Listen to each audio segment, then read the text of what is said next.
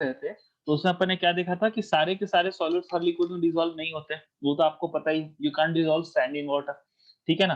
तो कैसे solid liquid में डिसॉल्व होते हैं, कैसे सॉलिड सॉल्वेंट में डिसॉल्व होते हैं? तो जो पोलर है वो पोलर के साथ होगा, जो पोलर सॉल्यूट है पोलर के साथ, जो नॉन पोलर है वो नॉन पोलर के साथ। आ रही है बात समझ में?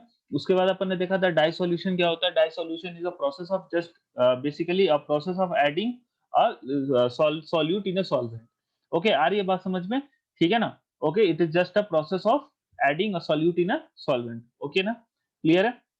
Next is crystallization. Crystallization basically क्या होता है कि क्रिस्टलाइजेशन एक प्रोसेस होता है जिससे कि आपको जो घुला हुआ सॉल्यूट होता है उसको सॉल्यूट के सॉल्यूशन के बाहर निकालना, सॉल्यूट को वापस से जो डिसॉल्व है उसको अनडिसॉल्व करना। ठीक है? नाउ सॉल्यूशन बहुत टाइप के होते हैं, अनसैचुरेटेड, सैचुरेटेड, सुपर सैचुरेटेड, ये टाइप के सॉल्यूशन होते हैं। Unsaturated solution are the solution, एक सेकंड,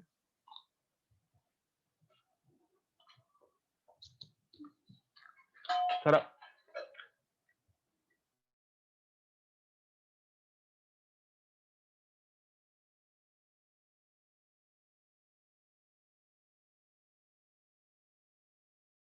ठीक है बेटा। अनसैचुरेटेड सॉल्यूशन क्या होता है? ऐसा सॉल्यूशन जिसमें और सॉल्यूट को ऐड किया जा सकता है।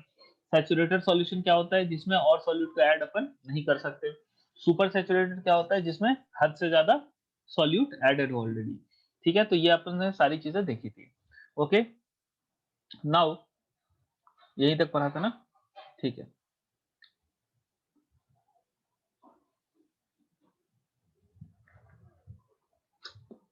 चलिए। Now let's see, next topic is effect of temperature. अपन ने देख लिया क्या? पहला क्या देखा कि nature of solute and solvent, कि सॉल्यूट का सॉल्वेंट और सॉल्वेंट के नेचर पे कैसे सॉल्युबिलिटी डिपेंड करती है किसी सॉलिड की लिक्विड में। नेक्स्ट हम देखेंगे टेम्परेचर का। तो अपन ने देखा कि जो सॉल्यूट होता है वो क्या नाम है, जो सॉल्वेंट में डिसॉल्व होता है वो भी पोलर होना चाहिए, या तो दोनों पोलर होने चाहिए या फिर दोनों नॉन पोलर होने चाहिए। ठीक है? Next is effect of temperature. Temperature on solubility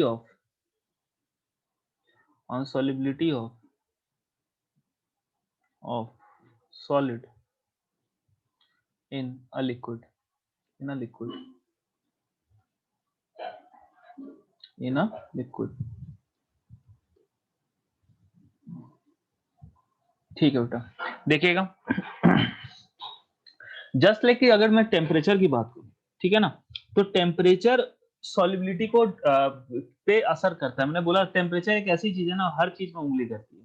ठीक है ना? ओके, तो basically it is significantly affected by the solubility of a solid in a liquid is significantly affected by the what, बोलो, by the change in temperature.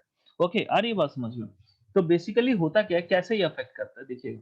जब solute और solvent आपस में mix कर रहे हो और बना रहे हो क्या, बोलो, सॉल्यूशन। ठीक है, solution. Okay, so if the process of if the process of dissolution, if the process of dissolution, if the process of if the process of dissolution, डाइसोल्यूशन मतलब घोलने के प्रोसेस को। ठीक है? अगर घोलने का जो प्रोसेस है is exothermic, if the process of dissolution exothermic is exothermic ठीक है, exothermic, then on increasing the temperature, solubility solubility decreases. On increasing the temperature, solubility decreases. And if the process of dissolution is endothermic, then on increasing the temperature, solubility decreases, increases। आ रही बात समझ में? ठीक है, मतलब in case of exothermic process, the temperature solubility is directly inversely proportional to what, बोलो बेटा, temperature। In the case of exothermic process, the solubility is inversely proportional to temperature, and in case of endothermic process, the solubility is directly proportional to temperature। This is simple ले चैटेलर्स principal. जो चीज आप इसमें भी देखते हो chemical reaction में, कि केमिकल रिएक्शन में भी अपन ने देखा है कि जब प्रोसेस एक्सोथर्मिक होता है तो केमिकल रिएक्शन क्या होता है बोलो, टेम्परेचर बढ़ाने पे बैकवर्ड जाता है, और प्रोसेस एंडोथर्मिक होता है तो टेम्परेचर बढ़ाने पे बोलो केमिकल रिएक्शन बोलो फॉरवर्ड जाता है। ठीक है? अरे बात समझ में आ रही है? बोलो हाँ कि ना? Yes sir. As an example अगर मैं देखूँ, एज़ एन एग्जांपल तो dissolution of sugar in water, sugar in water. अगर आप शुगर को पानी में मिलाते हो तो ये प्रोसेस आपको है बेटा एक्सोथर्मिक। कैसा प्रोसेस है? एक्सोथर्मिक, ठीक है ना? Sorry endothermic. कैसा प्रोसेस है? Endothermic. Dissolution of sugar in water is a endothermic process. तो दैट्स व्हाई जब हम चाशनी बनाते हैं, चाशनी बेसिकली क्या करते हैं कि बहुत सारा चीनी ऐड करना करते हैं ना, रसगुल्ला वगैरह के लिए बनाते हैं, ठीक है? तो उसमें खूब सारा शुगर अपन ऐड करते हैं पानी में, ओके? तो उसके लिए कि ज़्यादा से ज़्यादा हम शुगर को ऐड कर सकें पानी में, we increase the temperature of the water. जब हम शुगर को क्या करते हैं पानी में डालते हैं और उसके बाद उसके टेम्परेचर को बढ़ाते हैं ताकि वो सारा का सारा शुगर उसमें क्या हो जाए बोलो, डिसॉल्व हो जाए। ओके, तो since it is a endothermic process so that's why we increase the temperature of the solution. हम क्या करते हैं शुगर वाटर के सॉल्यूशन का टेम्परेचर इंक्रीज करते हैं क्या कि ताकि उसकी सॉल्युबिलिटी क्या हो जाए बोलो, बढ़ जाए। आ रही है बात समझ में? बोलो। यस इसीलिए सर। चाशनी जी बनाते सर। समय चीनी को क्या करते हैं बोलो, सॉरी पानी और चीनी को सॉल्यूशन को क्या करते हैं गरम करते हैं, ठीक है ना? तेल गैस पे रख के गरम करते हैं, धीरे-धीरे चलाते हैं तो बनता है, उसमें फिर मिठाई डालते हैं और मस्त खाते हैं, ठीक है? उसी तरह अगर मैं देखूँ तो dissolution of H2SO4 in water is it exothermic और एंडोथर्मिक? बताओ। सल्फ्यूरिक एसिड का पानी में डालना क्या है? एक्सोथर्मिक हाँ? Sir, exothermic. एक्सोथर्मिक हमने पढ़ा भी था 10वीं क्लास में। व्हाई वी ऐड व्हाट बोलो acid in water not water in acid, है ना?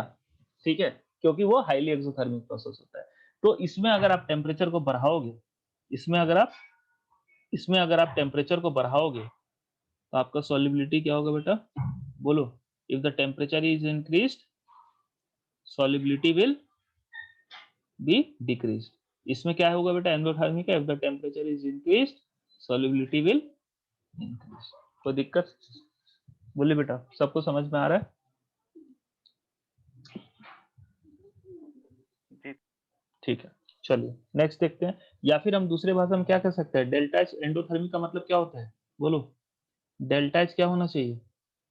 Greater than 0। एक्सोथर्मिक का मतलब क्या होता है? डेल्टा एच क्या होना चाहिए बोलो? Less than 0। ये तो समझ में आता ही है, ठीक है? जी। Next is effect of pressure. Next is what? Effect of pressure.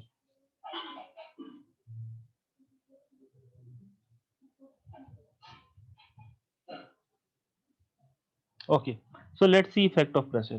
तो बेसिकली देखिए, जो प्रेशर का solubility of solid in a liquid, मतलब सॉलिड को जब हम लिक्विड में डिसॉल्व करते हैं तो प्रेशर का कोई खास रोल नहीं होता। हाँ, गैस के केस में होता है, लेकिन सॉलिड का जो लिक्विड में सॉल्युबिलिटी होता है उसमें प्रेशर का कोई खास रोल नहीं होता, ठीक है ना?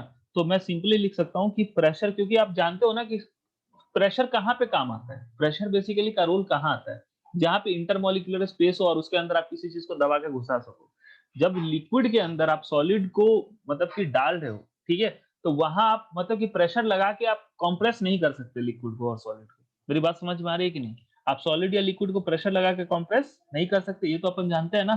अरे बोलो, बोलो। जी सर। तो जब जी सर। कंप्रेस नहीं कर सकते तो उसको घोलेंगे कैसे? घोलने सॉल्यू सॉल्यू किसी सब्सटेंस को दूसरे सब्सटेंस में मिलाने का मतलब क्या होता है? कि एक सब्सटेंस का मॉलिक्यूल दूसरे सब्सटेंस के मॉलिक्यूल के बीच में घुस जाए। यही होता है ना मतलब। अब प्रेशर अप्लाई करके अपन ये कर ही नहीं सकते। क्यों नहीं कर सकते? क्योंकि सॉलिड और लिक्विड पे हम प्रेशर का उतना कुछ खास असर ही नहीं होता। ठीक है, गैस पे होता है तो गैस को इसीलिए हम प्रेशर डाल के डिसॉल्व कर सकते हैं।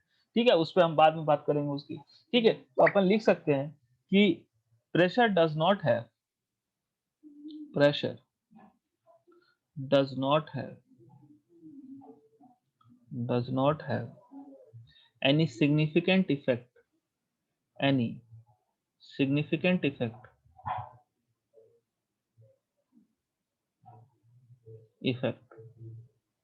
effect on solubility of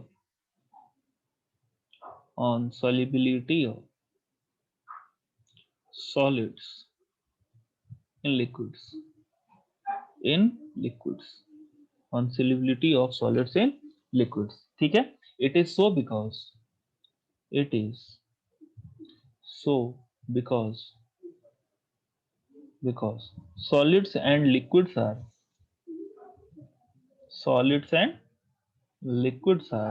highly incompressible, are highly incompressible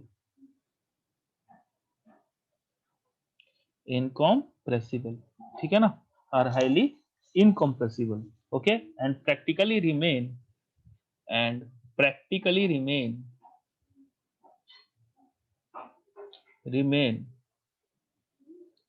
unaffected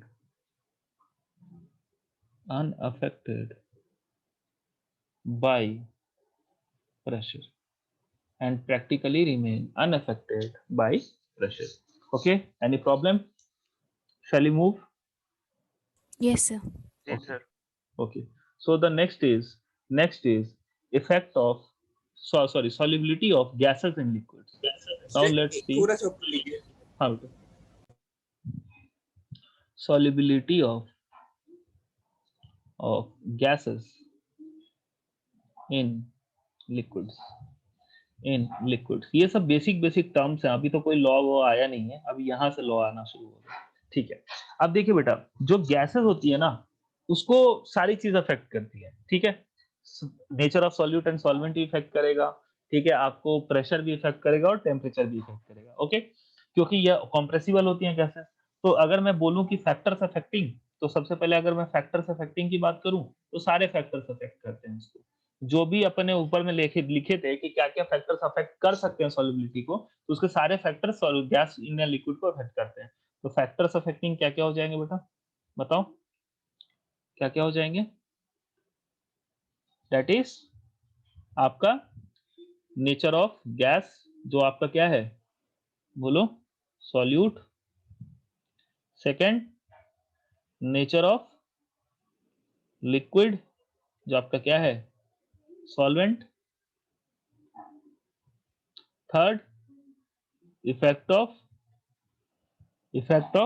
temperature, and fourth is effect of pressure. Okay, so now we will see the effect of all these things one by one. तो gas और solute और solvent का जो nature की अगर मैं बात करूं, तो नेचर का तो आपको पहले ही पता है. ठीक है ना, फर्स्ट और सेकंड का क्या इफेक्ट होगा, बोलो, फर्स्ट और सेकंड का क्या है, लाइक डिसॉल्व्स लाइक. ठीक है ना, आ रही बात समझ में? जो पोलर होगा वो ज्यादा सॉल्यूबल होगा पोलर में, और जो नॉन पोलर होगा वो ज्यादा सॉल्यूबल किसमें होगा, बोलो, नॉन पोलर में. ठीक है, नेक्स्ट चीज में अपन अगर बात करें किसकी, प्रेशर की. चलो प्रेशर की बात कर लेते हैं, फिर टेम्परेचर की बात करते हैं. ठीक है, इसको लेट्स से 4 और ये ले लेते हैं 3. ठीक है, तो if I talk about the pressure, so effect of pressure, fourth third is effect of pressure. तो थर्ड पॉइंट की अगर मैं बात करूं, इफेक्ट ऑफ प्रेशर, तो इफेक्ट ऑफ प्रेशर को समझने के लिए एक लॉ है बेटा, एक लॉ है जिसको अपन बोलते हैं, क्या बोलते हैं बेटा, हेनरीज लॉ. अब यहां से चीजें शुरू होती हैं एक्चुअली. हेनरीज लॉ बहुत ही सिंपल, बहुत ही आसान सा लॉ है बेटा.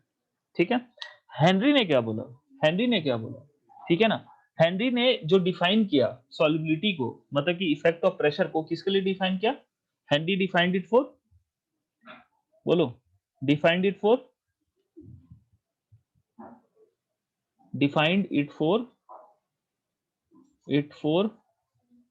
solubility of gases in liquids.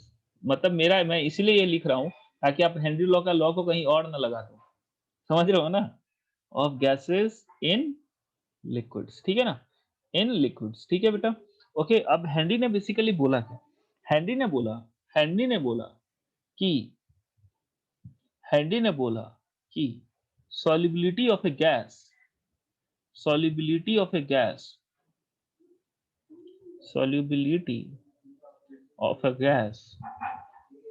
in a liquid at a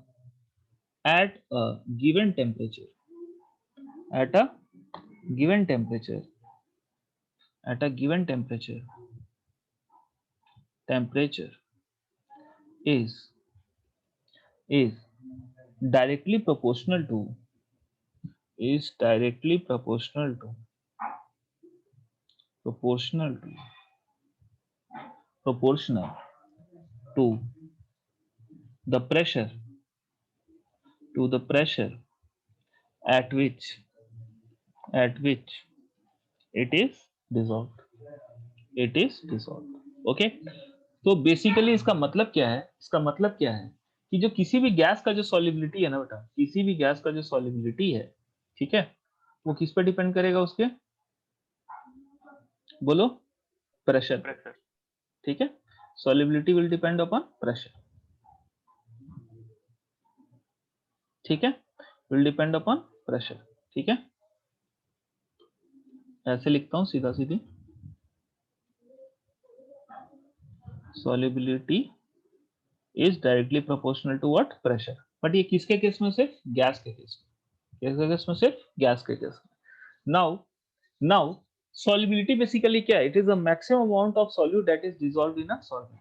so we can also define the solubility, मतलब किसी भी सॉल्यूट का सॉल्युबिलिटी ज्यादा है या कम है, वो उसको आप कंसंट्रेशन, डिफरेंट कंसंट्रेशन टर्म्स में डिफाइन कर सकते हो कि भाई किसी की मोलैरिटी ज्यादा है तो सॉल्युबिलिटी ज्यादा है, किसी की मोल फ्रैक्शन ज्यादा है तो सॉल्युबिलिटी ज्यादा है, किसी का percent weight by weight solute का ज्यादा होता है उसमें तो उसकी सॉल्युबिलिटी ज्यादा है। तो यहाँ पे जो सॉल्युबिलिटी डिफाइन होती है, ये डिफाइन होती है in the terms of mole fraction of solute, in the terms of mole fraction of solute.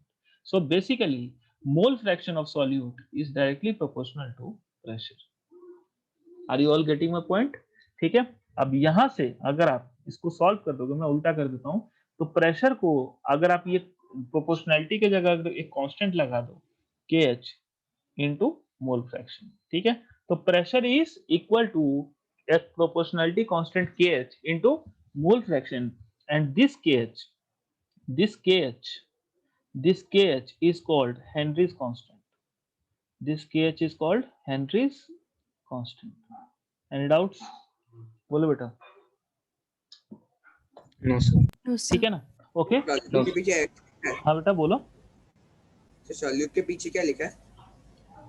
Solute के पीछे ये हाँ सर। मोल फ्रैक्शन का साइन, अच्छा ठीक है, okay okay. So now let's talk few things about the Henry law constant, ठीक है ना, ये जो कांस्टेंट है हेनरीज कांस्टेंट, इसके बारे में अपन कुछ बात करते हैं, ठीक है ना, ओके, कि क्या क्या इसके कैरेक्टरिस्टिक्स हैं। तो next topic is characteristics of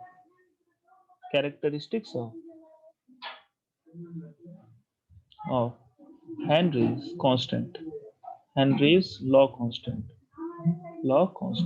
ठीक है बेटा, characteristics of Henry's law constant, okay। तो if I talk about the characteristics, तो जो फर्स्ट कैरेक्टरिस्टिक है वो क्या है, आपको इसका जो यूनिट होगा बेटा क्या होगा, बताओ यूनिट क्या होगा, क्या लगता है आपको यूनिट क्या होना चाहिए इसका, आप ही लोग बताओ। सर प्रेशर का जो पास्कल पर मोल। मोल फ्रैक्शन का कोई यूनिट होता नहीं, ठीक है, तो जो प्रेशर का यूनिट होगा वही इसका भी क्या होगा, इसका भी यूनिट होगा, just like pascal, bar, ATM and so on, ठीक है। सेकंड अगर मैं बात करूं तो for the same solvent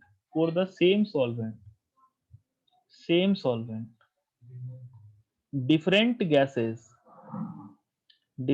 gases have different values of KH,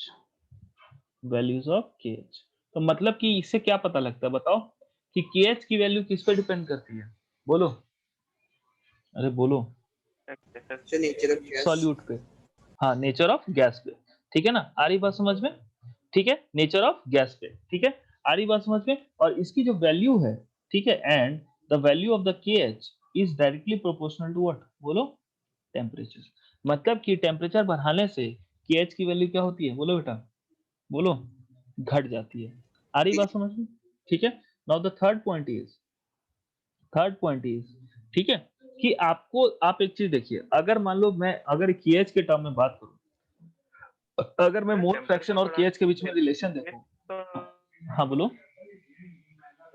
sir, temperature बढ़ाने से केस बढ़ जाएगा ना? हाँ, टेम्परेचर बढ़ाने से KH बढ़ जाएगा। सर आपने बोला कि घट जाएगा, कब बोला? सर अभी। अच्छा, जुबान फिसल गई होगी, ये लिखा तो है ना KH is directly proportional to T, ठीक है, ओके। तो आप यहाँ पे देख रहे हो कि KH क्या होता है, टेम्परेचर बढ़ता है। अच्छा, अगर मैं KH और मोल फ्रैक्शन के बीच की रिलेशन की बात करूं, तो आप बोल सकते हो कि at a given pressure the value of KH is inversely proportional to what? बोलो, the value of KH is inversely proportional to mole fraction. बोलो, कह सकते हैं ना? यस जी सर। ठीक है, कोई दिक्कत नहीं है, ठीक है। या फिर आप ये कह सकते हो कि x is KH is equal to P by H, अगर डायरेक्ट भी लिखना चाहे तो लिख सकते हैं KH is equal to P by mole fraction, P by mole fraction. ठीक है, अब इससे क्या पता चलता है, बेसिकली इससे क्या पता चलता है कि as the value of KH increases, as the value of KH increases, लिख देता हूं मैं KH inversely proportional 1 by x। ठीक है, KH increases the mole fraction decreases और the solubility of the gas decreases। क्या बोल सकता हूं मैं? अरे बोलो हाँ कि ना। Yes sir. ठीक है, या फिर आप ये भी बोल सकते हो कि KH की वैल्यू बढ़ रही है तो आपको क्या हो रहा है, सॉल्युबिलिटी घट रहा है। या फिर दूसरे भाषा में KH is inversely proportional to what? बोलो, is directly proportional to temperature. तो I can also say that as the temperature increases, as the temperature increases the solubility of a gas in a liquid decreases। यहाँ वो वाला case नहीं है, यहाँ वो वाला केस नहीं है कि आपका जो है सो टेम्परेचर के बढ़ने और घटने से डिफरेंट डिफरेंट केसेस में डिफरेंट डिफरेंट फेनोमेना होगा, जस्ट लाइक कि आपने वहां पे देखा था। बिकॉज यहाँ पे क्या है ना कि हमेशा प्रोसेस एक्सोथर्मिक है। चलो हम इसकी बात बाद में बात करेंगे अभी, ठीक है ना। अभी हम जस्ट इसके बाद तो प्रेशर टेम्परेचर वाला पार्ट को अपन कवर करने ही वाले हैं। तो आप फिलहाल के लिए ये ध्यान में रखिए, ओके। कोई दिक्कत? सर हाँ बोलो। सर सेकंड पॉइंट एक बार रिपीट कर देंगे? सेकेंड पॉइंट है कि same for the same solute, sorry for the same solvent, for the same solvent different gases have different values of KH। Okay, मतलब अगर एक ही सॉल्वेंट आप अलग अलग गैस बन मिलाओगे ना, तो उसके लिए जो KH की वैल्यू होगी वो अलग अलग होगी। ऑब्वियसली एक ही सॉल्यूट में अगर आप डिफरेंट, एक ही सॉल्वेंट में अगर आप डिफरेंट डिफरेंट सॉल्यूट डालोगे तो सबकी सॉल्युबिलिटी सेम थोड़ी ना होगी। जिसकी KH की वैल्यू ज्यादा होगी उसकी सॉल्युबिलिटी कम होगी, जिसकी KH की वैल्यू कम होगी उसकी सॉल्युबिलिटी क्या होगी बेटा? बोलो, ज़्यादा। ज्यादा। ठीक है, जी सर। ओके, जस्ट लाइक, हाँ बेटा। अच्छा, अगर मैं अगर मोल फ्रैक्शन सॉल्युबिलिटी और वर्सेस एट ए गिवन टेम्परेचर, अगर एट ए गिवन टेम्परेचर अगर मैं इसकी ग्राफ बनाऊं, अगर मैं ग्राफ बनाऊं किसकी? बोलो, प्रेशर वर्सेस मोल फ्रैक्शन की। ठीक है, प्रेशर वर्सेस सॉल्युबिलिटी की, तो कैसी ग्राफ बनेगी?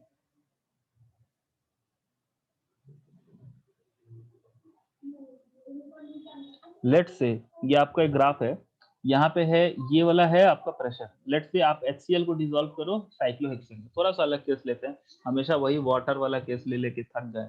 ठीक है, तो इस पर ले लो HCl। ठीक है, आप HCl को डिसॉल्व कर रहे हो किसमें? लेट्स से साइक्लोहेक्सेन में। तो ये आपका है पार्शियल प्रेशर ऑफ HCl। जैसे मान लो कैसे हो रहा है बेटा, ये है आपका साइक्लोहेक्सेन, ठीक है, ये है आपका लिक्विड, और इसके ऊपर ये है HCl गैस के फॉर्म में, गैस के फॉर्म में। और यहाँ से आप अप्लाई क्या कर रहे हो बेटा? बोलो, प्रेशर। तो कितना HCl इसके अंदर घुलेगा? मैं रेड से बना देता हूँ HCl गैस का फोटो, ठीक है। तो कितना HCl इसके अंदर घुलेगा will be directly proportional to what? बोलो, प्रेशर। तो कितना HCl घुलेगा, वो जो क्वांटिटी होती है वो किससे डिफाइन होती है? Solubility, mole fraction of HCl, mole fraction से होती है ना बेटा। बोलो, अब अभी अपन इक्वेशन में देखा था हेनरी लॉ के P is directly proportional to what? बोलो, मोल फ्रैक्शन, है ना। तो अपन इसका जो ग्राफ होगा बेटा वो कैसा होगा? बोलो, स्ट्रेट लाइन, है ना बेटा। बोलिए, और इसका जो स्लोप होगा वो किसके इक्वल होगा? KH के, KH y is equal to mx। कोई प्रॉब्लम किसी को? Let it be the graph of solubility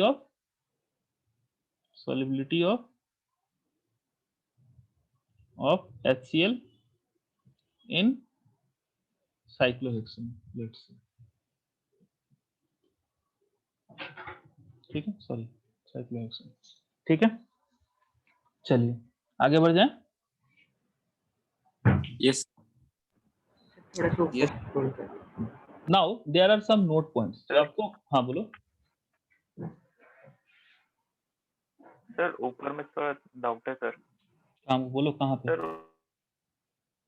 वो थर्ड पॉइंट में सर आपने सर लिखा था sir KH is equal to P by mole fraction.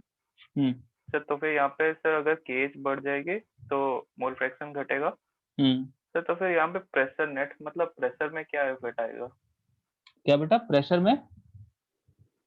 तो प्रेशर तो बेटा जब तुम प्रेशर को कांस्टेंट लिखोगे तभी तो प्रेशर pH में को क्या आप इफेक्ट आएगा? बेटा प्रेशर पे कोई इफेक्ट आएगा नहीं, कोई इफेक्ट नहीं आएगा ना। प्रेशर तो तुम बाहर से अप्लाई कर रहे हो ना। आपने एक चीज बताओ कि आप जब प्रेशर को कांस्टेंट रखोगे तभी तो आप बोल सकते हो ना कि P is inversely proportional to mole fraction. बिना प्रेशर को कांस्टेंट रखे कैसे बोल सकते हो चीज? क्योंकि केस आप समझ रहे हो मैं क्या सर बोल रहा हूँ? हाँ बोलो। सर तो फिर अगर प्रेशर कांस्टेंट है सर तो फिर सॉल्युबिलिटी मतलब घट कैसे रहा? बेटा सॉल्युबिलिटी घट कैसे रहा? आप एक चीज बताओ कि एक जैसे कि आपका ये रिवर है, चलो लेट्स सिंपल सा एग्जांपल लेते हैं। ठीक है, एक क्या नाम है, एक रिवर है। ठीक है, एक रिवर अब एयर में जो है सो नाइट्रोजन भी है, ऑक्सीजन भी है, कार्बन डाइऑक्साइड भी है। तो क्या जिस प्रोपोर्शन में एयर में nitrogen, carbon dioxide, hydrogen, oxygen है, क्या उसी प्रोपोर्शन में वाटर में भी होगा? नहीं सर। Obviously not. प्रेशर तो सेम है ना, 1 atm 1 atm प्रेशर ही लग रहा है ना, लेकिन सॉल्युबिलिटी डिफरेंट गैसेस की डिफरेंट है। क्यों? क्योंकि सब गैसेस की KH की वैल्यू क्या है, अलग है। नहीं समझ में आया? बेटा KH की वैल्यू बेसिकली किस पे डिपेंड करता है कि आपका सॉल्यूट कैसा है, सॉल्वेंट कैसा है उस पे। अब एक ही अगर आपका एक सॉल्वेंट फिक्स है तो उसके लिए डिफरेंट सॉल्यूट्स है तो उसके लिए KH की वैल्यू डिफरेंट हो जाएगी ऑब्वियसली, क्योंकि KH और it is a what Henry's constant.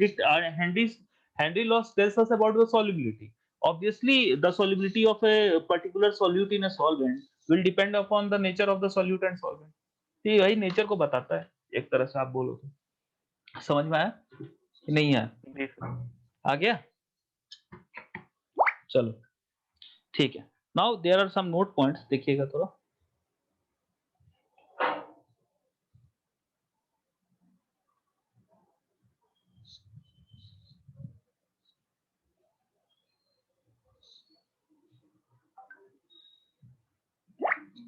एक बहुत ही बड़ा अच्छा पॉइंट है यार, पता है क्या? देखिएगा note point 1। Note point 1. If a mixture of gases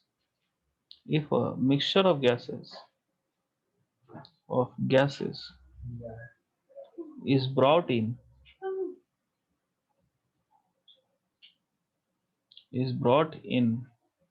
contact with solvent,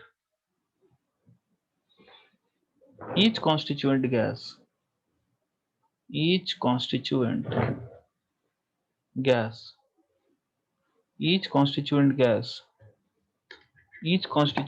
एक सेकंड सर रुकना थोड़ा सा।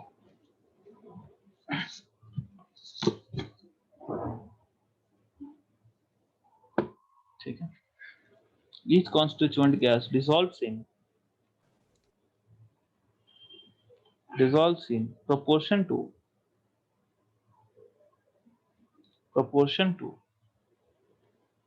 its partial pressure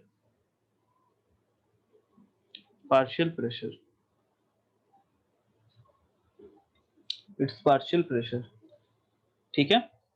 it means that बड़ा पता है मजेदार चीज हो गया, भगवान भी जो कुछ चीज बना के देता है ना हमारे लिए, वो इसलिए देता है ताकि हमारा पढ़ाई आसान हो जाए। It means that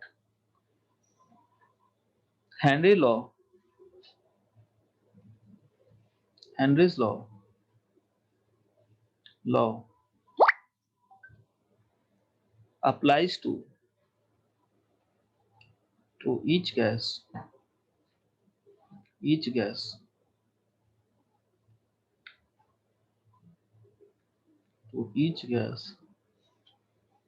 independent of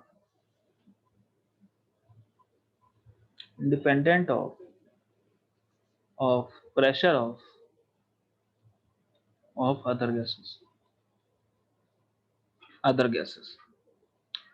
देखो सिंपल सा कॉन्सेप्ट है, solubility of gas in a liquid में, ठीक है ना, सब गैस एक दूसरे को बोलता है भाई अपना अपना देखो, जिसका प्रेशर ज्यादा होगा उसकी सॉल्युबिलिटी ज्यादा होगी, पार्शियल प्रेशर, जिसका पार्शियल प्रेशर कम होगा उसकी सॉल्युबिलिटी क्या होगी, बोलो, कम होगी। सिंपल सी बात, ठीक है। एक गैस का पार्शियल प्रेशर दूसरे गैस के सॉल्युबिलिटी को इफेक्ट नहीं करता। जस्ट लाइक कि अगर मैं मान लो कि एक जैसे करके एक कंटेनर है, एक कंटेनर के अंदर मान लो आपका लेट्स से लिक्विड वाटर है, लिक्विड वाटर, और यहाँ पे ऊपर में मान लेते हैं कि दो गैसेस हैं different different, let's say carbon dioxide है, ठीक है, कार्बन डाइऑक्साइड है, और एक है आपको मान लेते हैं ये क्या बोलते हैं, लेट्स से मान लो ले लो नाइट्रोजन, नाइट्रोजन, ठीक है, नाइट्रोजन, ओके।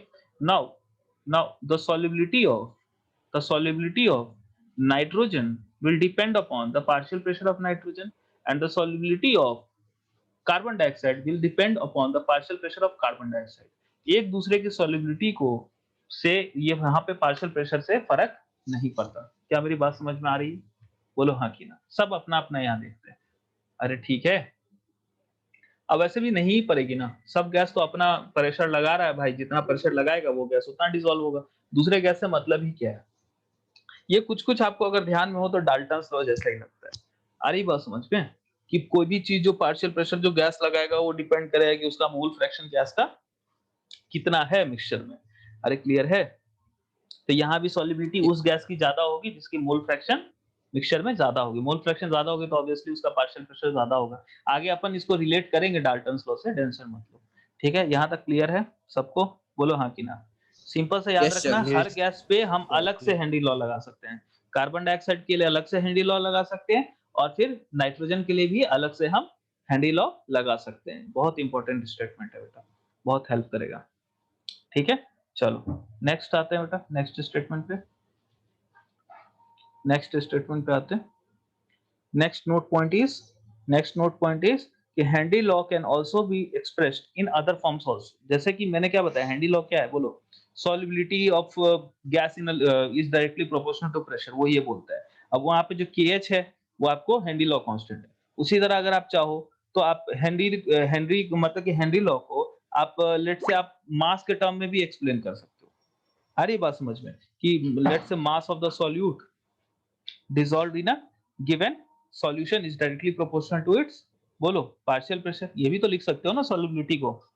अरे बोलो कि कितना मास डिसॉल्व्ड है, ठीक है। तो यहाँ भी क्या आ जाएगा, mass of solute is equal to some constant into pressure, but इसकी जो वैल्यू होती है वो KH से अलग होती है। मेरी बात समझ में आ रही है? आ रही है बात समझ में? जी सर। ठीक है ना, आ रही बात समझ में। एंड दिस K जो भी प्रोपोर्शनल कांस्टेंट है, it depends upon the nature of, depends upon nature of solute, solvent, pressure, temperature, all, ठीक है। सबके नेचर पे डिपेंड करेगा। जैसे KH डिपेंड करता है, ये भी KH की तरह एक सिंपल सा कांस्टेंट है, ठीक है। कोई दिक्कत? आगे बढ़ जाऊं? Yes sir. चलो एक सवाल करके बताओ बेटा, छोटा सा। अब देखो, अभी से अगर आप लोग क्लास नोट्स रिवाइज करते रहोगे ना तो चीजें समझ में आएंगी और आपको एंड तक अच्छा लगेगा, चैप्टर आपका स्ट्रांग हो जाएगा। लेकिन अभी जैसे कि अभी हो सकता है आपको चीजें समझ में आ रही हो क्योंकि अभी स्टार्टिंग का चैप्टर है, एक ही लॉ डिस्कस हुआ है, हेनरी लॉ, ठीक है, जो कि टफ नहीं है, तो अभी आपको समझ में आ रहा है, बहुत मजा आ रहा है। लेकिन यही अगर अभी से हम पढ़ते नहीं रहेंगे, प्रैक्टिस नहीं करते रहेंगे, तो फिर बाद में दिक्कत होगा, और फिर बाद में फिर वही होता है जिसकी कहानी आप लोग 11th में देख चुके हो ऑलरेडी, ठीक है। इसलिए मैं रिक्वेस्ट कर रहा हूँ सबसे, आप ही लोग के करियर के लिए, कि बेटा 12th में थोड़ा सा एक सिंक्रोनाइज्ड वे में स्टडी करें, ठीक है। क्लास को एडवांस में पढ़ के आए, पहले से जो पढ़ाई होने वाला है, ठीक है, पहले से पढ़ के आए, फिर उसको आके क्लास में जो पढ़ाई हुआ उसको एक दिन के अंदर उसको नोट्स को रिवाइज करे, ठीक है, DPP बनाए, वर्कबुक बनाए, कंसिस्टेंटली चले। उसके बाद जो टाइम बचता है एक्स्ट्रा, उसमें पीछे के चैप्टर्स को करो जो आपके छूटे हुए। ये नहीं कि पीछे के चैप्टर्स को करने के चक्कर में जो करंट चल रहा है उसको छोड़ दे, पहले करंट फिर पीछे का। सर स्क्रीन थोड़ा नीचे करें।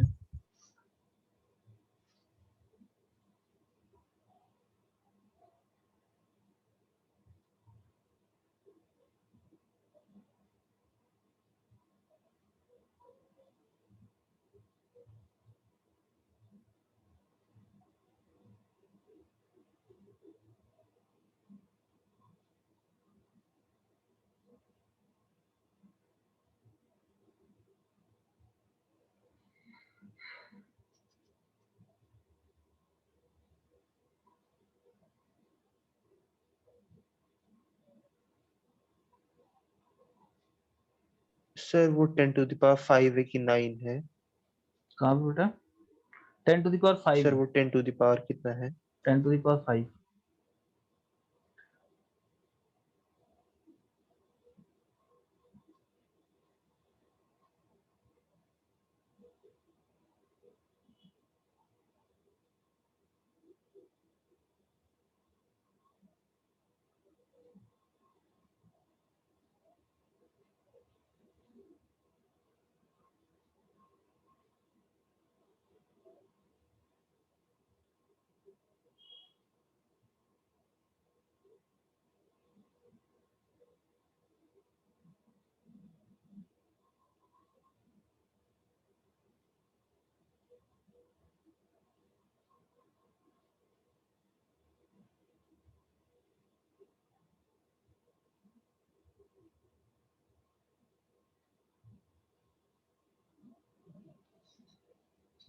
बनाइए।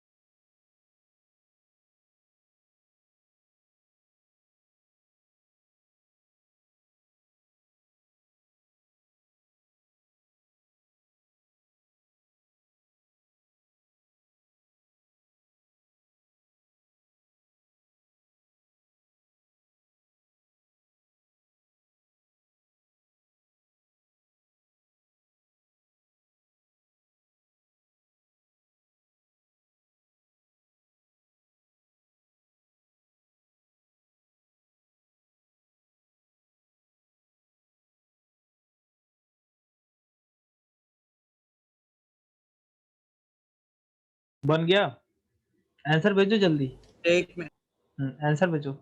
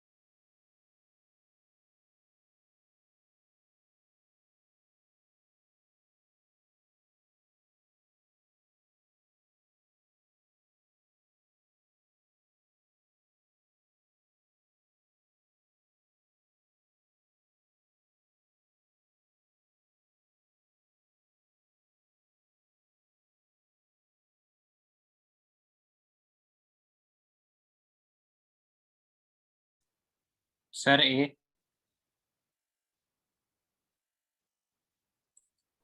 हाँ बेटा, option A. correct answer is it. This is IIT JEE question 2009. आसान सवाल भी पूछ देता है कभी कभी आईटी, है ना। चलिए, तो कभी कभी क्या हमेशा पूछता है, हर साल पूछता है। 20-30% क्वेश्चन आसान होता है जो हम इजीली कर सकते हैं, बस अपने को चीजें याद रहेंगी। ठीक है, अब यहाँ देखिएगा सवाल में, जिन लोगों से नहीं बना कोई बात नहीं, बस देखिए क्वेश्चन को। The handle of constant for the solubility of nitrogen gas in water at 298 kelvin is 1 × 10⁵ तो KH का वैल्यू सर आपको दे रखा है 1 × 10⁵ ठीक है। The mole fraction of N2 in air is 0.8. Mole fraction of N2 in air is 0.8. The number of moles of N2 from air dissolved in 10 moles of water at 298 Kelvin. 10 moles of water. So number of moles of solvent that is water is 10 moles. water क्या है, solvent है ना, ठीक है, at 298 Kelvin and 5 atm pressure पे, इसी पे, क्योंकि आपको टेम्परेचर और प्रेशर इसलिए मेंशन कर दिया क्योंकि हैंडल ऑफ कांस्टेंट क्या होता है, बोलो, टेम्परेचर, प्रेशर, सॉल्यूट, सॉल्वेंट सब पे डिपेंड करता है। ठीक है, अब बेटा हम लगा सकते हैं डायरेक्ट अपना law, that is mole fraction of nitrogen that is present in the solution is equal to KH into what, बोलो, सॉरी उल्टा लिख दिया मैंने, pressure is equal to mole fraction of partial pressure of nitrogen is equal to mole fraction of, तो क्या नाम है, mole fraction, sorry क्या नाम है, हेनरी लॉ कांस्टेंट इनटू, बोलो, मोल फ्रैक्शन ऑफ नाइट्रोजन। अब पार्शियल प्रेशर आपको निकालना क्या है बेटा, अच्छा, number of moles of N2 dissolve in air, let the number of moles of N2 be n, ठीक है, ओके। प्रेशर आपको दिया हुआ है, प्रेशर कितना है, बोलो, प्रेशर आपको कितना मिल जाएगा, कितना दिया है N2 का, कितना और दिया, प्रेशर दिया है, कहाँ दिया है सर एयर में N2 का मोल फ्रैक्शन दिया ना 0.8। हाँ कहाँ दिया है, अच्छा ये, हाँ ठीक है, तो आपको एयर का दिया है यहाँ पे, ये एयर में दिया है, ठीक है बेटा। तो एयर में अगर मोल फ्रैक्शन दिया तो अपन डाल्टन्स लॉ जानते हैं, डाल्टन्स लॉ क्या है, partial pressure of a gas is equal to the mole fraction of gas into total pressure, ठीक है बेटा। अब तो पार्शियल प्रेशर ऑफ नाइट्रोजन कितना हो जाएगा बेटा, बताओ, मोल fraction of nitrogen in air is 0.8 into total pressure of air is what, बोलो 5 atm, so this is equal to what, 8 5 जा 40, so this is 4 atm, ठीक है। तो बेटा यहाँ से आपकी आ गई, यही एक छोटा सा चीज था और तो कुछ है ही नहीं उसको, यहाँ से हो गया बेटा partial pressure 4 is equal to KH की value eight a given temperature and pressure is 10⁵, ठीक है, into mole fraction of nitrogen. अब मोल फ्रैक्शन ऑफ नाइट्रोजन को आप क्या लिख सकते हो, बताओ, आपको नंबर ऑफ मोल्स फाइंड करते हैं, डायरेक्ट यही लिख देते हैं, number of moles of nitrogen let it be n divide by number of moles of water 10 plus number of moles of nitrogen n। तो यहाँ से आपको ये कट के हो जाएगा, ये 4 है क्या यहाँ पे, ये 4 ही आया है, ठीक है। चलो, it implies that n by 10 plus n is equal to 4 into 10 to the power minus 5। so sir हाँ सर हाँ बोलो, सर n का वैल्यू बहुत छोटा होगा तो नीचे 10 प्लस n को डायरेक्ट 10 भी लिख सकते, देख लेते हैं बेटा, ठीक है। अब यहाँ पे बेटा क्या है, बोलो, यहाँ से the number of moles of N2 from air, हाँ ये number of moles of N2 from air निकालना है, ठीक है। अब यहाँ पे अगर आप देखो, ठीक है, तो यहाँ पे आप इसको क्या लिख सकते हो, बोलो, it implies that n is equal to 10 plus n into 4 into 10 to the power minus 5, okay, 4 into 10 to the power minus 5, आप ये लिख सकते हो। अब यहाँ से बेसिकली देखो, जो नंबर ऑफ मोल्स ऑफ जो नाइट्रोजन गैस होगा, that will be obviously very much low, that will be obviously very much low with respect to the amount of solvent that is the water, ठीक है ना। Solvent के मुकाबले solute तो बेटा लो होगा ही ना, उसका क्या बोलते हैं, कॉन्सेंट्रेशन। तो हम यहाँ से क्या लिख सकते हैं बेटा, बोलो, 10 प्लस n को आप अप्रोक्सीमेटली 10 मान सकते हो टोटल को, या फिर n को 0, ठीक है, विथ रिस्पेक्ट टू व्हाट, बोलो 10, ठीक है। तो यहाँ से आपका नंबर ऑफ मोल्स क्या हो जाएगा, directly 4 into 10 to the power minus 5 into 10 that is equal to 4 into 10 to the power minus 4। तो दिक्कत इसी को भी, so the answer will be ये, ओके, चलेगा, यस सर, ओके। एक ये लास्ट पार्ट में क्या हुआ, बेटा लास्ट पार्ट में ये n जो है ना, ये number of moles of gas, वो सॉल्वेंट के आप सोचो ना कि जैसे आप मान लो कि कोका कोला लेते हो आप, तो कोका कोला में जो कार्बन डाइऑक्साइड होता है with respect to the amount of Coca Cola is really less ना, तो उसके नंबर ऑफ मोल्स को तो आप इग्नोर कर सकते हो ना, total number of moles of solvent के। अगर दोनों को आप 10 प्लस एन, अब एन की वैल्यू मान लो 0.01, तो 10 प्लस 0.01 इज मतलब ऑलमोस्ट सिमिलर टू 10। आप समझ रहे हो? यस सर, यस बस सर, वही समझ चीज। गया।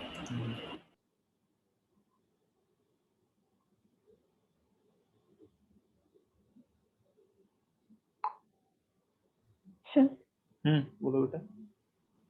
सर क्वेश्चन में एक डाउट था सर, जैसे 5 atm हम लोगों को वाटर का प्रेशर दिया है, मतलब सर वो समझ नहीं आया।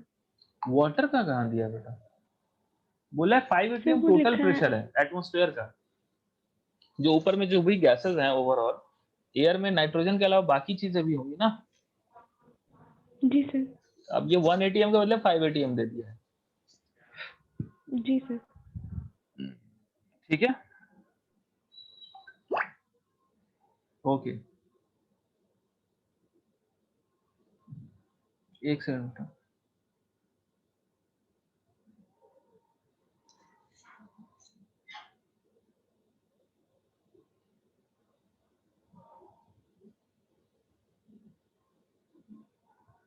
एक सेकंड।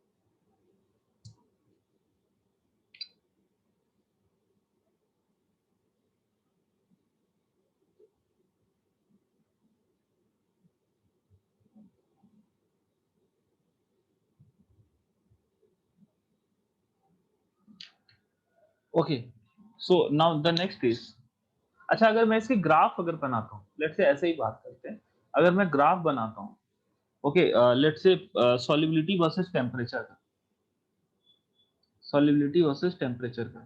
अच्छा इफेक्ट ऑफ टेम्परेचर अभी नहीं करा है ना अपन ने, सॉरी छूट गया। चलो पहले वो कर लेते हैं फिर ग्राफ देखते हैं।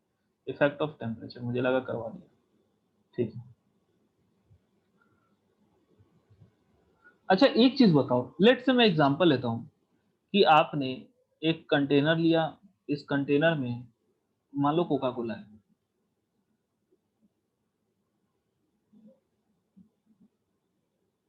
इस कंटेनर में है कोका कोला, ठीक है, और इसमें आप डिसॉल्व कर रहे हो किसको, ये कंटेनर यहां से बंद है, ओके, और इसमें आप डिसॉल्व कर रहे हो किसको, carbon dioxide, let's say carbon dioxide, this is carbon dioxide dissolve already, ठीक है, बहुत सारे ऊपर में बहुत सारे डिसॉल्व, ठीक है, this is CO2 and this is Coca Cola. अच्छा, can you tell me the state of CO2 that is present inside the liquid that is already dissolve, उसका स्टेट ऑफ मैटर क्या है? गैस है liquid? Gas. Gas gas है sir liquid, liquid है ना, तो liquid. पानी के अंदर घुस गया तो लिक्विड हो गया। अरे एक चीज बताओ कि चीनी में तुम पानी के अंदर तुम चीनी डालते हो तो चीनी क्या लिक्विड रहता है, सॉलिड रहता है? वो तो लिक्विड बन गया। बात समझ रहे हो कि नहीं? हाँ, ये बात अलग है कि तुम जैसे ही प्रेशर को कम करोगे, कोल्ड ड्रिंक के बॉटल को खोलोगे तो वापस वो गैस बन जाएगा, लेकिन व्हेन इट इज और inside the liquid it is liquid. अरे है कि नहीं? यस सर, नहीं समझ Yes, पा रहा मैं sir. क्या बोल रहा हूँ?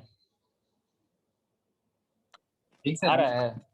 ठीक है, जब आपने चीनी को पानी में डाला तो चीनी क्या आपसे पूछे कोई शरबत लेके आपके सामने कि बेटा बताओ इसके अंदर जो चीनी आप डिसॉल्व किया है वो सॉलिड है लिक्विड, तो क्या बोलोगे? सर सॉलिड है, लिक्विड है ना सर, है ना? उसी तरह कार्बन डाइऑक्साइड जो डिसॉल्व हो गया वो लिक्विड है। हाँ, आप बॉटल खोलोगे तो वापस वो बाहर निकल जाएगा, तो अब वो गैस बनेगा, ठीक है। तो ये हो गई कहानी, ओके। तो बेसिकली जब कार्बन डाइऑक्साइड, जब मेरा कहने का मतलब क्या है कि when the gas is dissolve, मेरा जो कहना मैं चाहता हूँ, मैं ये कहना चाहता हूँ कि when the dissolution of gas is done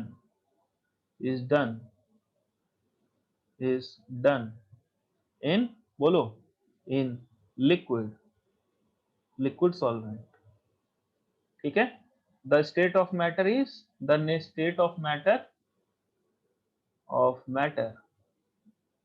of gas becomes बोलो solute, becomes what बोलो liquid। अरे सर समझ में आ रहा है, बोलो। Yes sir. मतलब जो Yes, सॉल्यूट आपका था, जो सॉल्यूट आपका सर पहले गैस था, पहले क्या था, गैस था। वो ग्लाइसोल्यूशन के प्रोसेस के बाद क्या बन गया, बोलो लिक्विड, है ना। लिक्विड। और इस प्रोसेस को, पूरे प्रोसेस को क्या बोलते हैं सर? गैस जब लिक्विड में टर्न होता है उस प्रोसेस को क्या बोलते हैं? 9वीं क्लास में पढ़ा था, क्या बोलते हैं? अरे बोलो, कंडेंसेशन। बहुत अच्छा, कंडेंसेशन। और कंडेंसेशन कैसा प्रोसेस है, एंडोथर्मिक या एक्सोथर्मिक सर?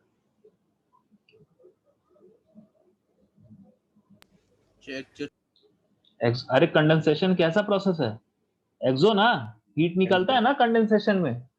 अरे गैस लिक्विड में टर्न हुआ तो हीट रिलीज करके टर्न हुआ होगा ना।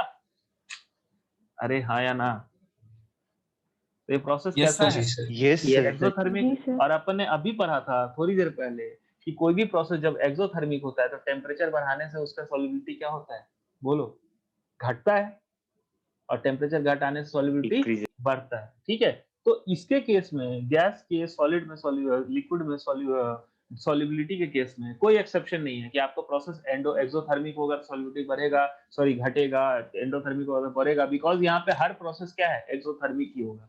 यहाँ पे हर प्रोसेस क्या होगा, बोलो, एक्सोथर्मिक ही होगा। मैं लिख सकता हूँ solubility in of a gas, और ये सारा हैंडी लॉ से ही होता है, of a gas in a liquid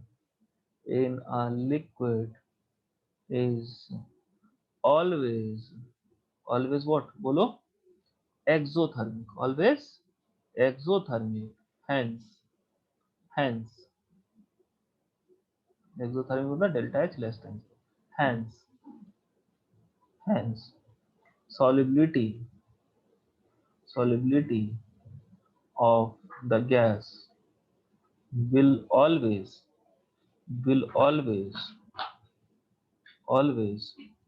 decrease on increasing what, बोलो बेटा, बोलो, टेम्परेचर। अरे बात समझिए सबको, ठीक है।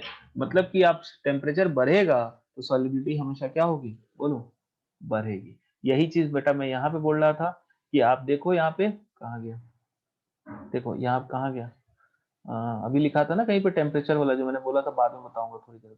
यहाँ देखिए, यहाँ पे आप देखो कि आपका क्या हो रहा है, बोलो, सॉल्युबिलिटी घट रही है, टेम्परेचर बढ़ रहा है। मैंने KH से रिलेट करके आपको बताया था कि KH is directly proportional to temperature. तो आपका KH अगर बढ़ेगा तो आप जानते हैं KH बढ़ेगा तो मोल फ्रैक्शन घटेगा, और KH बढ़ रहा है तो टेम्परेचर भी बढ़ रहा है, ठीक है। तो मतलब टेम्परेचर बढ़ रहा है तो भी KH बढ़ रहा है, तो we can say that temperature is inversely proportional to mole fraction. अब वो चीज मैं आपको यहाँ पे अच्छे से बता दिया कि क्यों ऐसा होता है।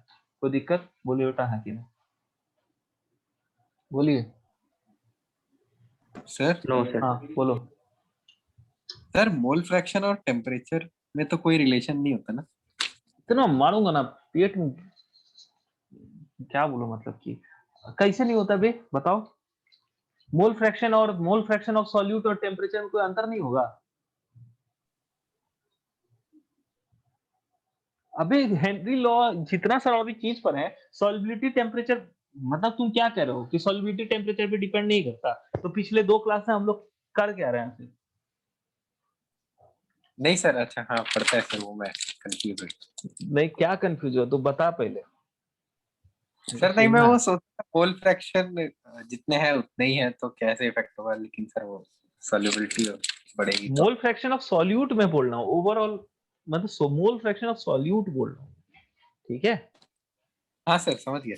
हाँ चलो यहाँ कोई दिक्कत किसी को, और किसी को कोई प्रॉब्लम?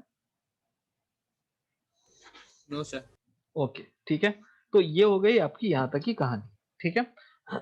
अब इसीलिए आप देख सकते हो कि जो जो एक्वेटिक एनिमल्स होते हैं ना, एक्वेटिक एनिमल्स क्या बोलते हैं उसको निकिता? एक्वेटिक एनिमल्स को क्या वर्ड से प्रोनाउंस करते हैं? आप बायो की हो ना, हो गया क्लास? कोई है यहाँ पे बायो के क्लास में? श्वेतापा?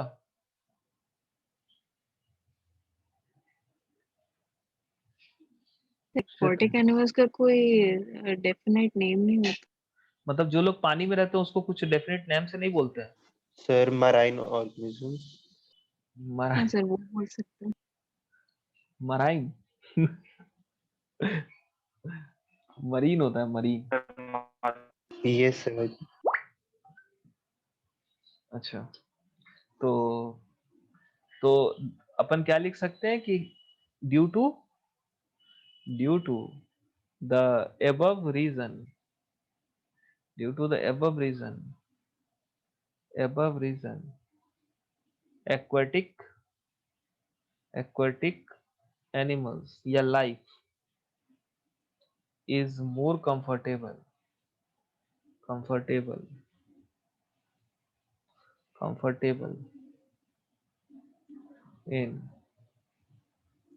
in cold water than warm water, ठीक है? अरे बोलो। Yes sir. चलो, तो अगर मैं ग्राफ से डिफाइन करूं सॉलिबिलिटी को, तो आपको ये चीज पता लग गया होगा कि for every gas solubility is inversely proportional to what? Temperature. For every gas solubility is inversely proportional to temperature. हाँ, ये बात अलग है कि किसी की सॉलिबिलिटी ज्यादा होगी अमाउंट, किसी का सॉलिबिलिटी कम डिक्रीज होगा, किसी का ज्यादा डिक्रीज होगा, वो तो उसके nature of solute and solvent पे सॉलिबिलिटी डिपेंड करता है। इसलिए जस्ट लाइक कि अगर मैं यहाँ पे बनाऊं ग्राफ, लेट से जैसे कि मैं नाइट्रोजन और ऑक्सीजन का बनाता हूँ, ठीक है, let's say this is your solubility and this is temperature, ठीक है, this is temperature, ओके। तो दोनों का क्या होगा बोलो? दोनों का क्या होगा बोलो? solubility घटेगा। आ रही है बात समझ में?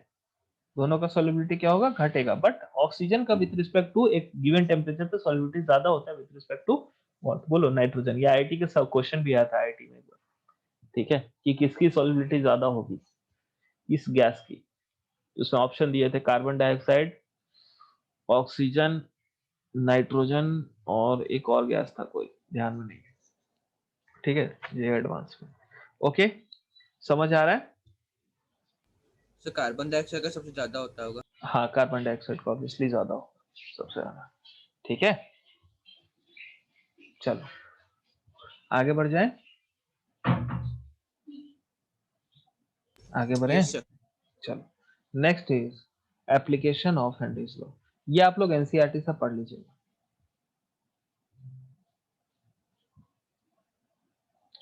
मतलब ऐसा नहीं है कि मैं आपको ये अभी मैं आपको क्वेश्चन के फॉर्म में दे दे रहा हूँ ये एप्लीकेशन, ठीक है। या चलो बता ही देता हूँ। पहला कि Y scuba divers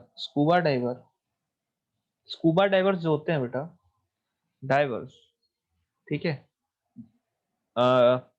in the, आप ऐसा लिख सकते हो कि जो स्कूबा डाइवर होते हैं ना, जो सिलेंडर कैरी करते हैं ना, ऑक्सीजन सिलेंडर, है ना, Yes.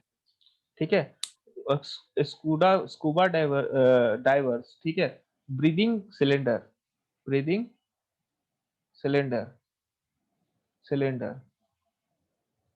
carries have composition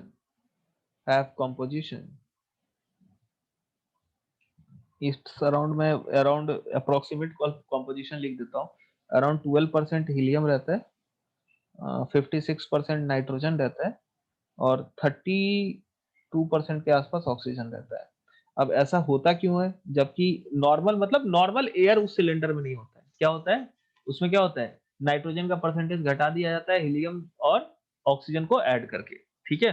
क्या मेरी बात समझ में आ रही है? Okay, this is due to the fact that as the diver goes deeper, the pressure increases, and when the diver and increases, the pressure increases, and आप लिख सकते हो क्या कि and nitrogen gets dissolved in the blood in high amount। क्योंकि बेटा देखो pressure पे डिपेंड करता है सॉल्युबिलिटी। अब प्रेशर बढ़ाओगे तो नाइट्रोजन भी क्या होगा, बहुत ज्यादा अमाउंट में क्या हो जाएगा, बोलो डिसॉल्व हो जाएगा। अरे बात समझ में आ रही है कि नहीं, बोलो हाँ कि ना। ठीक है, due to this and when the diver comes out suddenly of the water,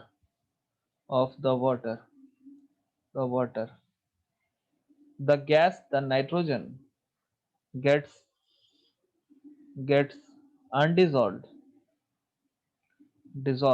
hence making bubbles in the, आप बोल सकते हो उसको in the capillaries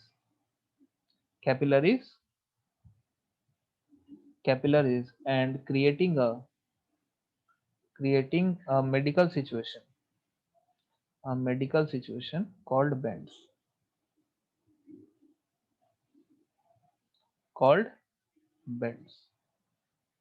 आई बात समझ में। बेसिकली होता क्या है कि अब जब आप डाइवर का मतलब कि जो अमाउंट जैसे बढ़ता है कॉन्सेंट्रेशन धीरे धीरे, जैसे कि आप मतलब उसके अंदर जाता है तो नाइट्रोजन क्या हो जाता है, हाई अमाउंट में उसके अंदर घुल जाता है प्रेशर के कारण, ठीक है, बॉडी के अंदर।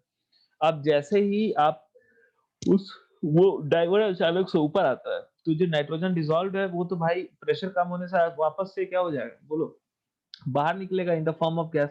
तो जब बाहर निकलता है तो वो बबल्स बना देता है, जिसके कारण आपके जो कैपिलरी ट्यूब्स होते हैं वो ब्लॉक हो जाते हैं, ठीक है। अब उससे ब्लड फ्लो क्या होता है, रुक जाता है, और इसी कारण एक सिचुएशन क्रिएट हो जाता है, मेडिकल सिचुएशन, जिसको बेंड्स बोलते हैं।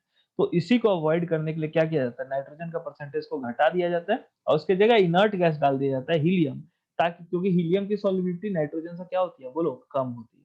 क्या मेरी बात समझ में आ रही है, बोलो। तो हाई प्रेशर पे भी जो उसका अमाउंट ऑफ हीलियम है जो पानी में, जो उसके बॉडी में डिसॉल्व होगा, वो कम होगा। तो ऑक्सीजन और हीलियम के परसेंटेज को बढ़ा के नाइट्रोजन के परसेंटेज को घटा दिया जाता है। क्या मेरी बात समझ में आ रही है सबको, बोलो हाँ। सर और एक बार रिपीट कर देना। बेटा मैंने बोला कि जैसे नाइट्रोजन जब बॉडी में घुलता है ना, ठीक है, तो जब बाहर, तो डाइवर मान लो पहले अंदर गया, डाइवर गया पानी के अंदर, अब डाइवर पानी के अंदर गया तो उसके ऊपर पानी का लेवल बढ़ते गया ना, जो ऊपर अमाउंट ऑफ वाटर है, तो प्रेशर बढ़ा, ओवरऑल प्रेशर, बोलो हाँ कि ना, बढ़ा ना। जी सर। तो अमाउंट ऑफ नाइट्रोजन, अगर मान लो नॉर्मल एयर हम सिलेंडर में भर के देंगे, मतलब नाइट्रोजन 78%, 79%, ऑक्सीजन 21% और बाकी गैसेस 1% इस टाइप से, तो इसके अंदर नाइट्रोजन बहुत हाई अमाउंट में डिसॉल्व हो जाएगा। आ रही बात समझ में। अब ये डाइवर जब मान लो घूम फिर के ऊपर आया, तो अचानक से जब ये ऊपर आया, तो ऊपर देखो नीचे जाने का प्रोसेस फास्ट होता है, ऊपर आने का प्रोसेस क्या होता है, काफी, मतलब सॉरी, नीचे जाने का प्रोसेस स्लो होता है, ऊपर आने का प्रोसेस क्या होता है, फास्ट होता है, बायंसी के कारण। अरे बोलो हाँ कि ना, समझ में आ रहा है। तो जैसे ही अचानक से ऊपर आता है तो अचानक से प्रेशर घट जाता है बहुत ज्यादा।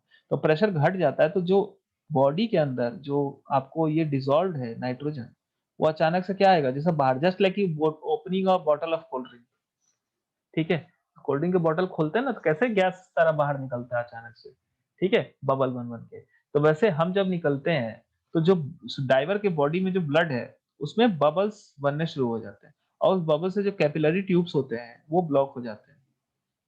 बात समझ में आ रही है? जिससे ब्लड फ्लो क्या हो जाता है, रुक जाता है, आदमी बेहोश हो सकता है। ठीक है, आ रही बात समझ में? तो हम क्या तो करते फिर हैं, सर पहले से नाइट्रोजन सिलेंडर में डालते क्यों है? क्या देखो सर नाइट्रोजन, पहले से नाइट्रोजन हाँ बताता हूँ। देखो सिलेंडर में आप मतलब डालते आप बोल रहे हो कि नाइट्रोजन डालना ही नहीं चाहिए, है ना? देखो एक चीज है कि एक पर्टिकुलर अमाउंट से ज्यादा नहीं होना चाहिए। आ रही बात समझ में? क्योंकि अब जैसे मान लो कि आप नाइट्रोजन की जगह अगर आप हीलियम को ज्यादा रखोगे, ऑक्सीजन को और ज्यादा कर दोगे, तो खर्चा भी तो बढ़ता है ना भाई। नहीं समझे? तो कॉम्पोजिशन ऐसा यस रखा जाता है जिससे आपका कि आपको बॉडी पे असर ना हो, मतलब कितना परसेंट नाइट्रोजन बॉडी ये एब्जॉर्ब कर सकता है, इसको बढ़ेगा कितना वो बर्दाश्त कर सकता है, तो इतना बर्दाश्त कर सकता है तो इतना दे दिया जाता है। क्योंकि नाइट्रोजन का भी नेचर तो इनर्ट ही होता है ना बेटा। अपन नाइट्रोजन के बारे में जानते हैं, ये भी क्या है, इनर्ट नेचर का ये, इसकी सॉल्युबिलिटी उतनी भी हाई नहीं होती, ठीक है, ऑक्सीजन से कम ही होती है। और इसके बदले अपन क्या डाल देते हैं, हीलियम डाल देते हैं। समझ में आ रहा है? अब हीलियम की सॉल्युबिलिटी और कम है, ठीक है। और एक चीज और भी है ना बेटा कि आप ये भी तो सोचो ना कि जैसे नाइट्रोजन को हम जितना ज्यादा दूसरे गैसेस से रिप्लेस करेंगे उतना ज्यादा क्या होगा, खर्चा भी तो बढ़ेगा। अरे ठीक है, जी। ठीक है, तो हमको ऐसे कंक्लूजन पहुंचना है जहां पे हमारा खर्च भी कम हो और काम भी हो जाए। ठीक है, तो ये हो गया इसकी सिचुएशन। समझ में आया सबको? बोलो। अरे आया? जी सर। Yes sir. यस ठीक है। सर। दूसरा cold yes drink sir. Bottle, cold drink bottle में क्या होता है बोलो? कोल्ड ड्रिंक में कार्बन डाइऑक्साइड को हाई प्रेशर पे डिसॉल्व कराया जाता है, पता है ना सबको? कोल्ड ड्रिंक तो सबने देखा होगा। ठीक है, जैसे ही अपन उसको खोलते हैं ढक्कन को, वो सारा बबल के फॉर्म में निकल जाता है। ठीक है, उसके अलावा जो आपका जो जो हाई एल्टीट्यूड पे जाते हैं, जो हाई एल्टीट्यूड पे जाते हैं लोग, ठीक है ना, जैसे हिमालय वाले पहाड़ वहाड़ चढ़ना होता है, माउंटेन जो क्लाइंबर्स होते हैं, ठीक है, mountain climbers at high altitude, हम बोल सकते हैं कि एट हाई एल्टीट्यूड जो माउंटेन क्लाइंबर्स होते हैं उनका क्या होता है बोलो? जब हाई एल्टीट्यूड में जाता है वहां तो प्रेशर घटता है ना, धीरे धीरे एटमॉस्फेयर का पतला होता जाता है ना। अरे बोलो, समझ में आ रहा है मैं क्या बोल यस रहा हूँ? सर। ठीक है, तो पार्शियल प्रेशर ऑफ एयर क्या होगा बोलो? डिक्रीज हो जाएगा। Partial pressure of air decrease. अगर डिक्रीज होगा, ठीक है, तो पार्शियल प्रेशर ऑफ एयर या pressure of air will decrease, partial pressure of oxygen, अब एयर का प्रेशर डिक्रीज होगा तो partial pressure of oxygen will also decrease. बोल सकते हैं ना? अरे बोलो, will decrease, ठीक है। And if the partial pressure of oxygen will decrease, so आपको क्या होगा बोलो? The body will get less oxygen than required. बात समझ में आ रही है? Okay, the body will get less oxygen than required, ठीक है, then required. Okay, due to this due to this our blood gets low oxygen than the required amount.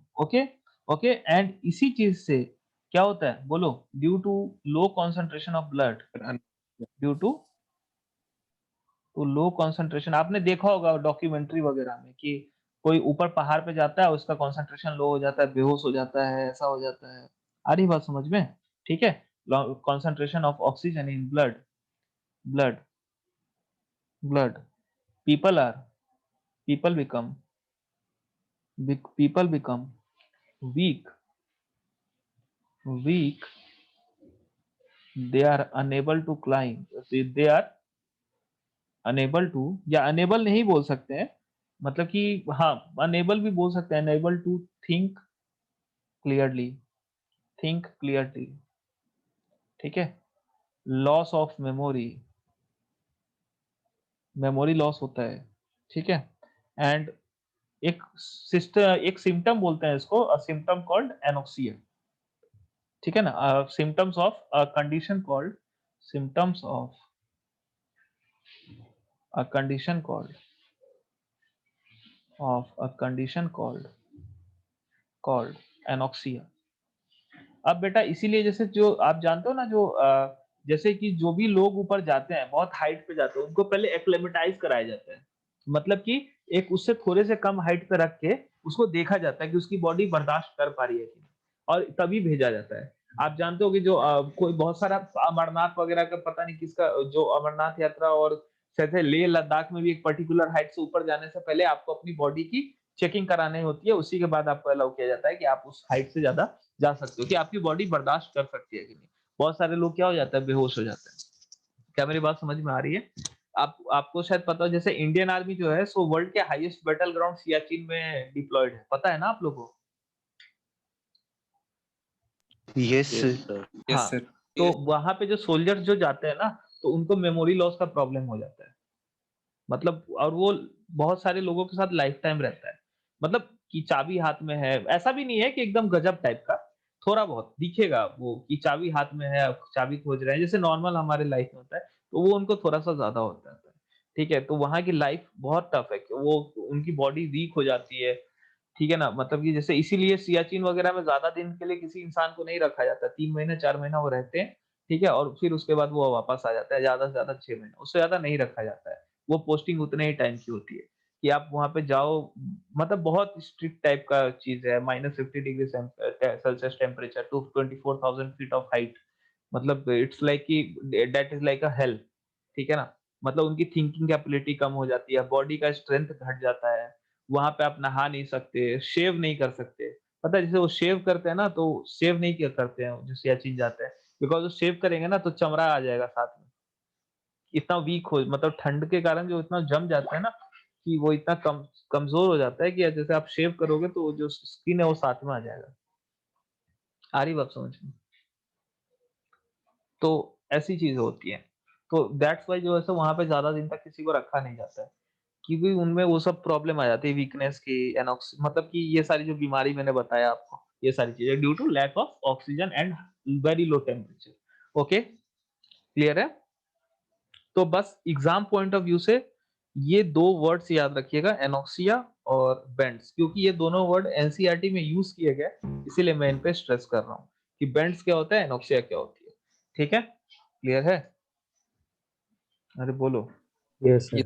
अब बेटा ऐसा नहीं है कि Yes. हेनरी लॉ खाली अच्छी चीज है, इसमें बहुत सारे लिमिटेशंस भी है of Henry's law.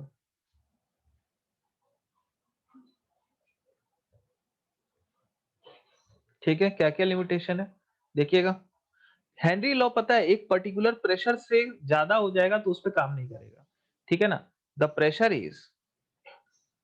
Pressure of gas is not very high.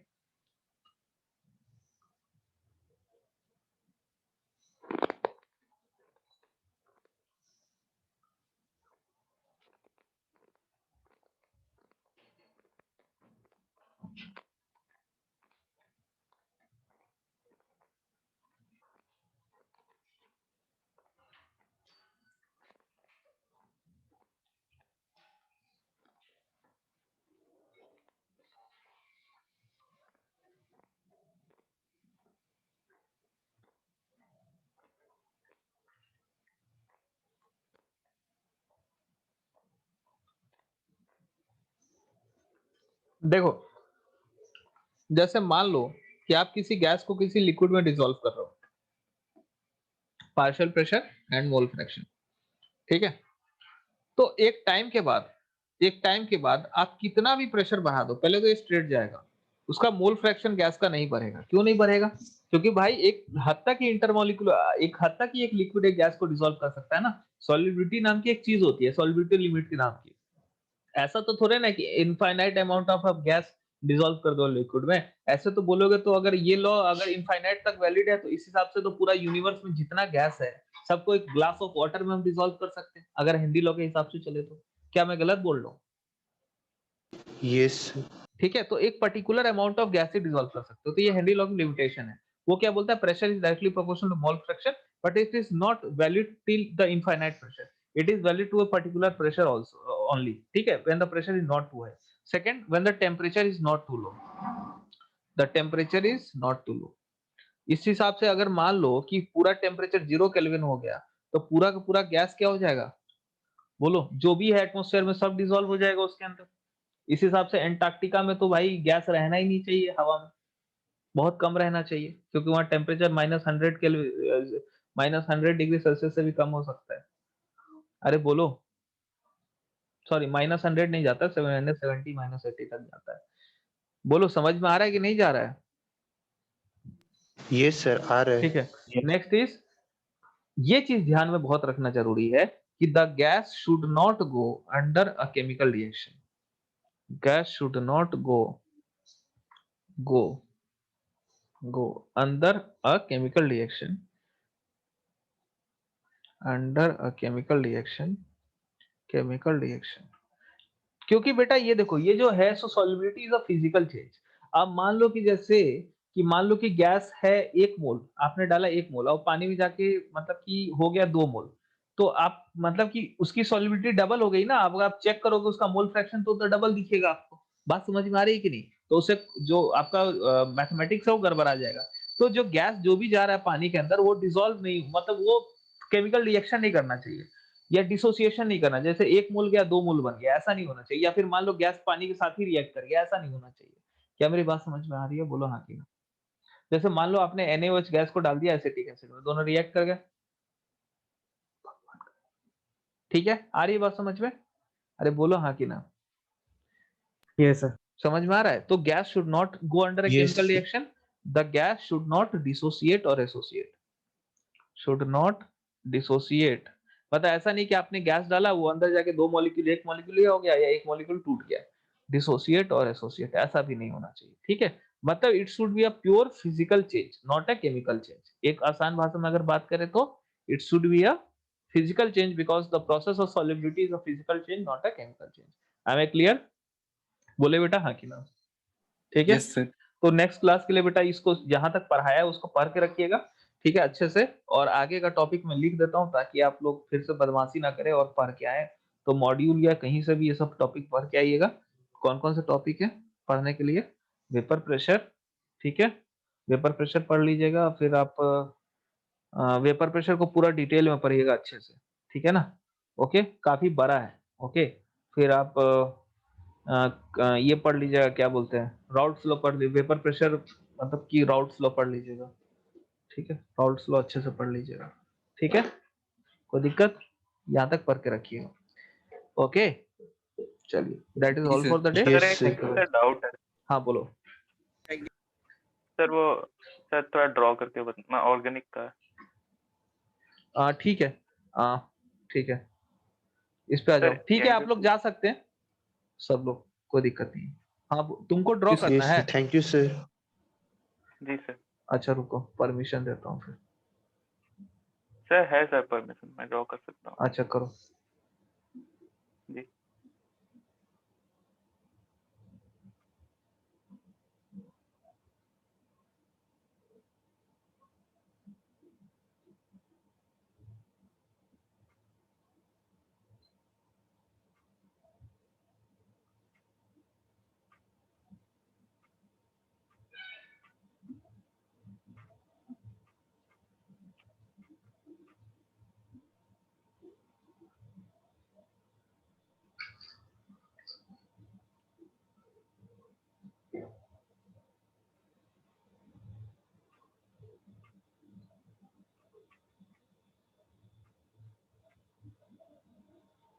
Sir, इन दोनों में सर डाइपोल कंपैरिजन कैसे करें? एक सेकंड, ये ओ है, ये ओ है। जी सर।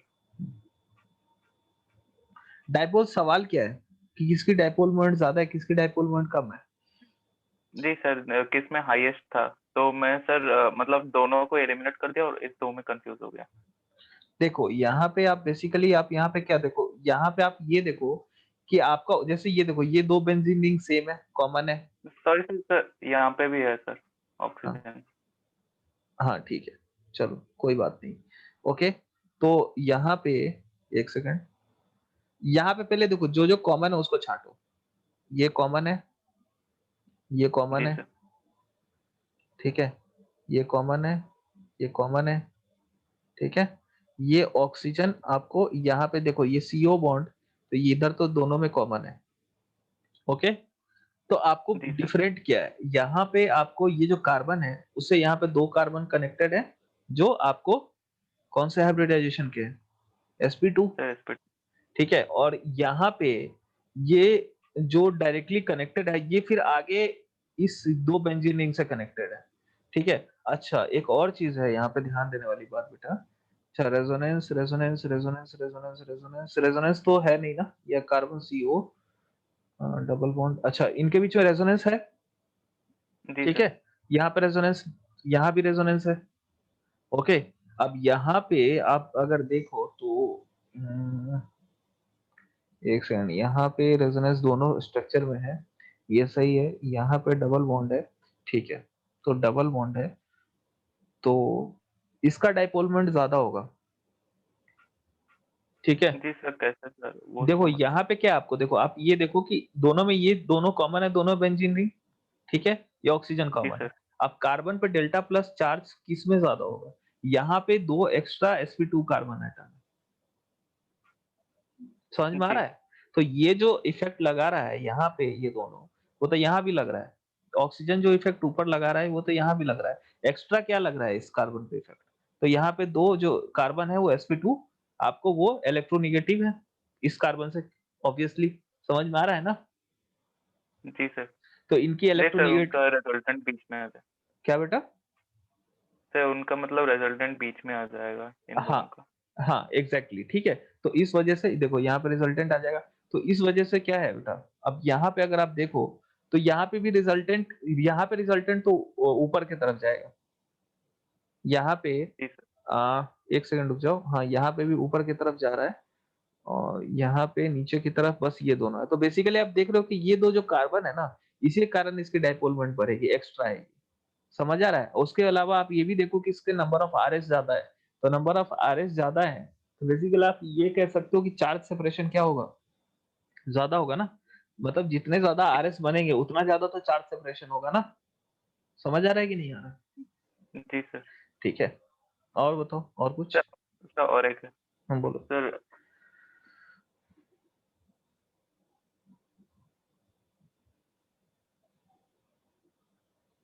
पहले पुराना वाला डिलीट करो, रुको मैं कर देता हूँ, नहीं तो फिर लिखने का, लिखो फिर से। जी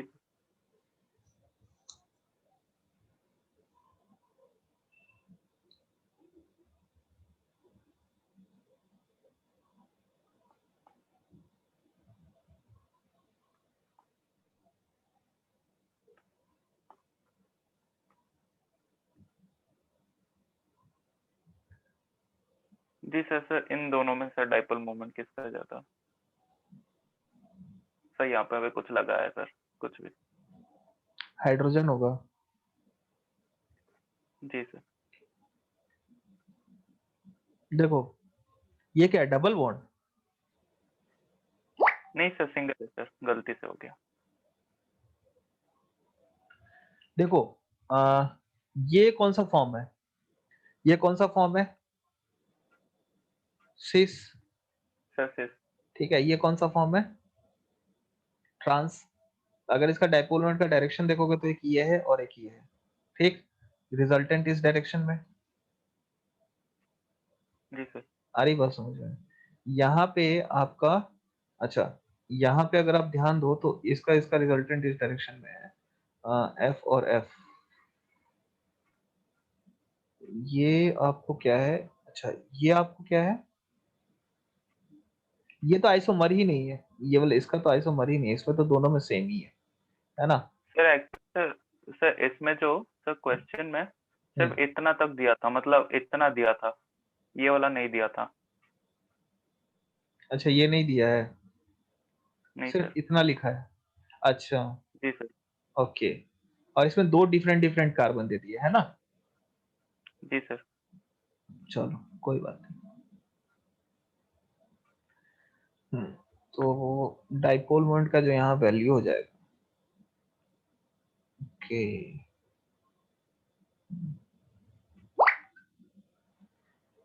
ये डबल बॉन्ड दिया था क्या उसमें क्वेश्चन में? जी सर, डबल बॉन्ड दिया था। डबल बॉन्ड दिया था, ठीक है।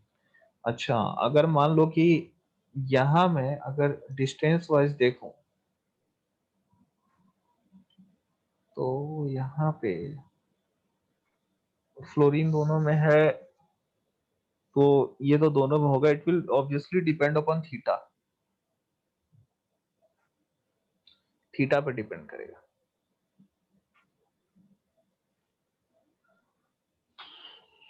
सर वो ओके, थीटा कैसे निकालना, मतलब? हाँ वही कंपेयर करना पड़ेगा, देखते हैं कैसे। यहाँ पे डबल बॉन्ड हो गया, तो ये हो गया आपको अलग से एक सी डेल्टा प्लस, यहाँ पे डेल्टा माइनस, यहाँ पे डेल्टा माइनस, यहाँ पे डेल्टा प्लस।